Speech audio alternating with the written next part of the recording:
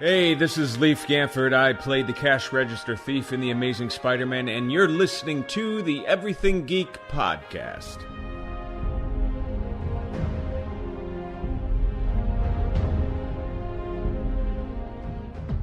Hey, this is Rich McDonald, and I play Commander David Mason on Call of Duty Black Ops 2. And you're listening to Everything Geek podcast.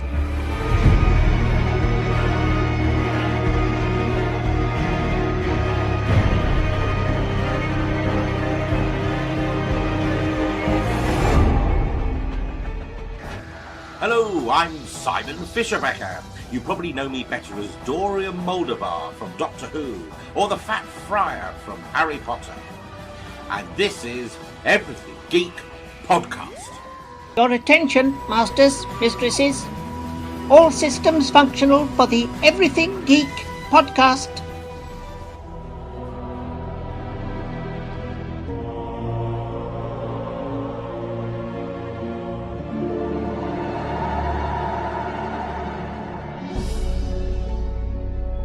Hey, it's James Arnold Taylor, the voice of Obi-Wan Kenobi and Master Plo Koon in Star Wars The Clone Wars, and you're listening to Everything Geek, the podcast.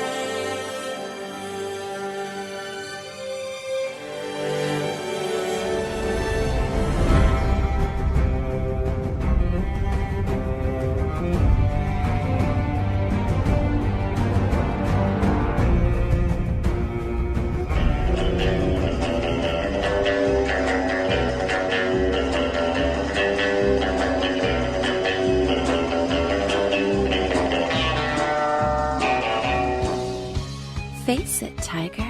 You just hit the jackpot with the Everything Geek podcast.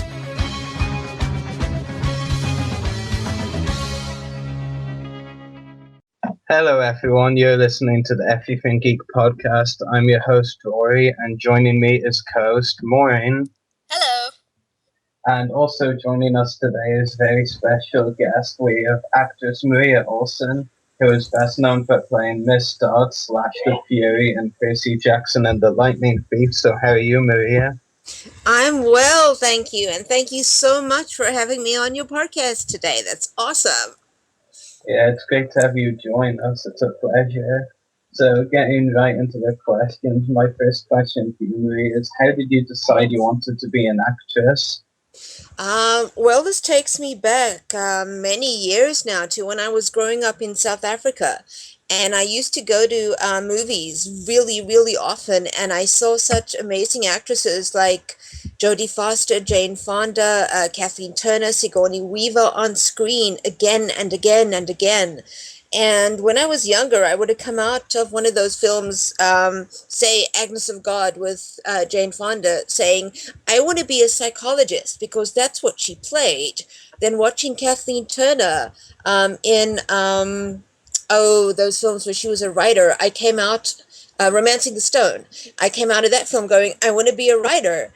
And it was eventually a couple of years after that, I realized that no, I want to have the experiences that those ladies have and move from film to film and become all those different characters. And I think that's how I figured out I actually wanted to become an actress. And I've, been working on it ever since.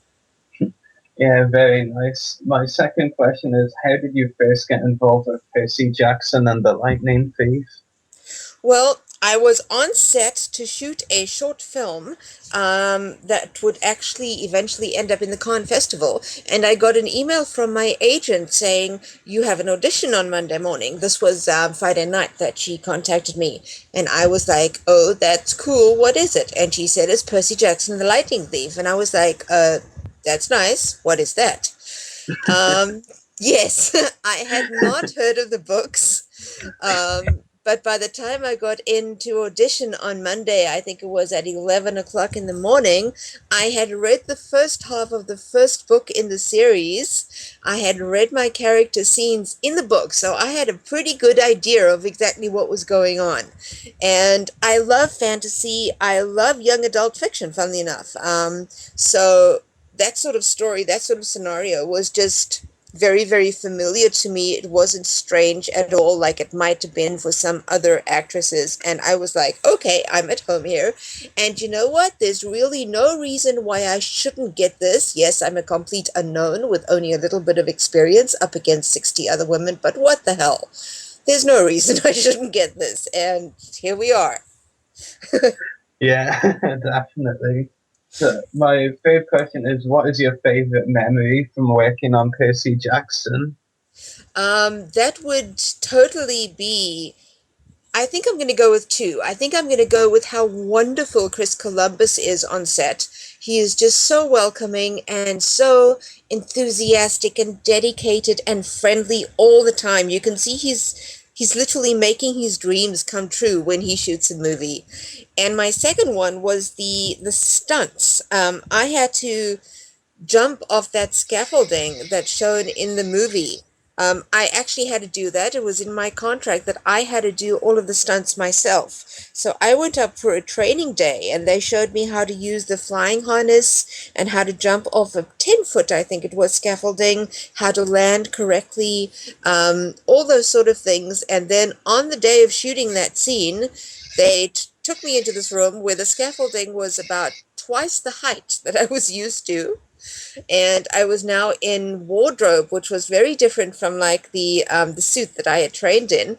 And they just roped me in, and you knew that every time they yelled action, you were going to say your line and then jump off this 25-foot thing in front of you and land on these pads. You just knew you had to do it. There was no choice. There was no, I'm scared, I want to sit down, I want to have a drink. There's nothing.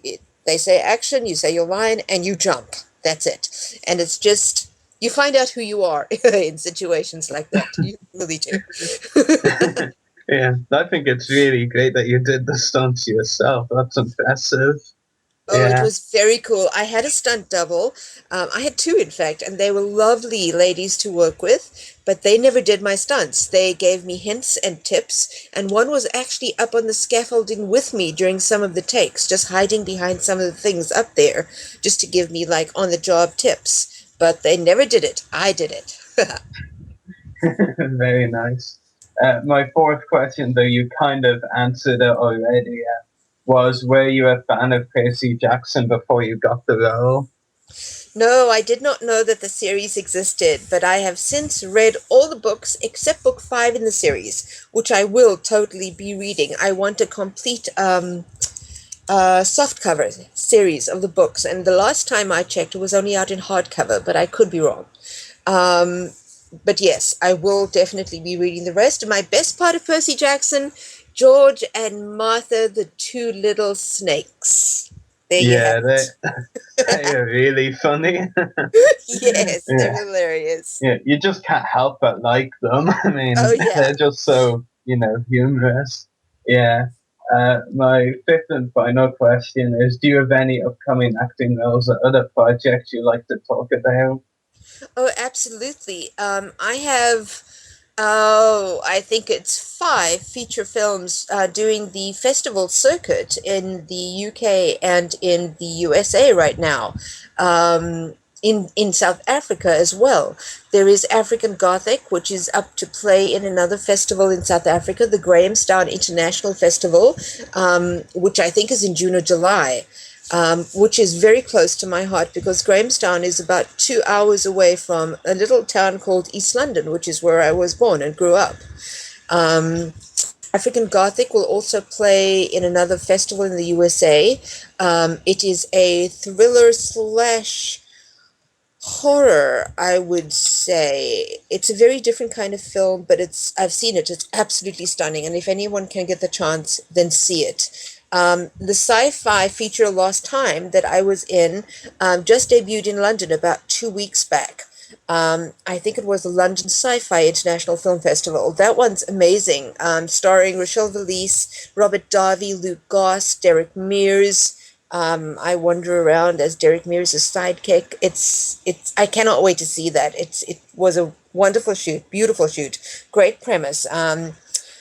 Lost time refers to the time that is lost when people get abducted by aliens. So it just explores that whole concept. I also have Starry Eyes on the festival circuit in the USA right now. That was unofficially given the title of the best new horror film of 2014 at the South by Southwest Festival just a couple of weeks back. It won a Best Feature Director's Choice Award at the Boston Underground Festival, I do believe it is. And it next appears in the Denver Festival. Another, which is a visually stunning film by Jason Bognacki, will premiere at the Seattle International Film Festival in approximately 1 month's time, and I'm really, really hoping to go up and see that. It's already getting rave reviews. People just see the trailer and they're like knocked off their seats. Stars Paulie Rojas of The Witches of Oz, Nancy Wolfe from the original Helter Skelter. She played Susan Atkins. And I'm the third one of the trio in that film. And, oh, that's going to be beautiful. Oh my gosh. Trophy Heads.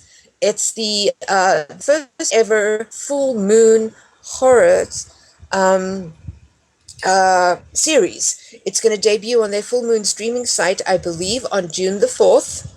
And it's going to be available for streaming around the world. It's going to be a series of 5 30-minute episodes that's later going to be consolidated into one DVD release. And that has got, like, every single Scream Queen that you can possibly name, like Linnea Quigley, Brink Stevens, Michelle Bauer, Darcy DeMoss, Denise Duff, Jackie Lavelle. I'm quite sure I'm forgetting somebody, but that was an amazing experience to work with Charles Band and the Full Moon family.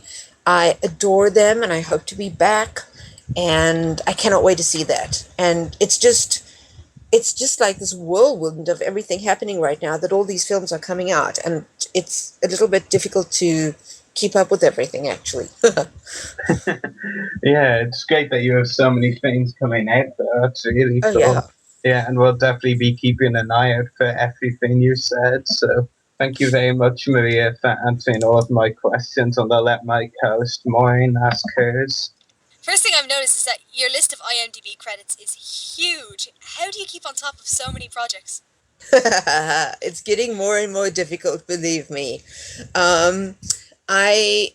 I try to give as much publicity to each of my projects as I can, but I will obviously give a little bit more time to the ones I'm also co-producing. We just wrapped a feature called Reunion that I co-produced and acted in, and I'm doing publicity for. We wrapped it a week ago yesterday. It's now in post. Our trailer will be out in 2 weeks, and we hope to get it cut out to everyone by December or November of this year. But that is one of my, I believe it's 150 right now, projects on IMDb. And I know there are outstanding credits, and literally I try to keep up. I try to give everything publicity and know where everything is screening when it's on TV, so that I can let my people know. But believe me, it is difficult. It's just too much sometimes. Wow, and I thought I had a busy schedule. My second question is there any show or project you would kill to be involved in? American Horror Story. Absolutely. I was lucky enough to play one of the inmates in the asylum in their second season. And I had liked it before, but being on set with the whole team, I just fell in love with the whole thing. And it would be a dream come true to get some sort of role on their fourth season. I believe it's Carnival that's presently in development and casting. That would be like beyond amazing, and I would love that to happen. But things happen as they happen, and they don't as they don't, so we'll see what happens. I also, it's not well known, but I also auditioned for Catching Fire, the third episode in the Hunger Games. I don't believe I booked the role, but just auditioning for it and just being somehow a slight tiny part of that family, that phenomenon, was amazing. So my final question for you is, what has been the most interesting project to work on? Interesting. That's actually a really good question, because I've done so many things, as in so many interesting things. Like, I've been shot underwater, for instance. We had an underwater camera. I had to dive into a pool fully clothed and swim as far as I could along the bottom of the pool while they were shooting me. That was really interesting. Another pool situation for a short film by Jason Bognacki, who was the guy behind another. I had to be killed in a pool, strangled in a pool, and that was weird. That was also very interesting. Whenever you involve water, and I've done it quite often, a whole new different set of rules comes into play. Like, I learned real quickly that I shouldn't go underwater backwards because that did weird things to my head. I mean, who knew? Yeah, you realize this in the middle of a take, and it's like, oh, okay, am I going to survive this take? I'm not sure. Yeah, I love my silent roles. I've played 3 silent roles, features Shelter, The Mudman, and the web series Our Zombie Mother. I just love being able to act physically instead of relying on words. It's, as you can hear, my accent comes in and out, especially now that I'm speaking to you guys with your non-American accents. My South African will come in. So whenever I have a speaking role in a film, my mind is first on, am I pronouncing that word correctly before I move on to anything else? And if I just take that whole, can I pronounce this correctly, out of the equation and just work physically, I love it. I'm like a kid in a toy shop, I swear. And I think my love of physicality comes from the fact that I was in theater for like 30 odd years before I moved into film. I do understand that whole kind of, oh my god, is this how they say it over in America? And right.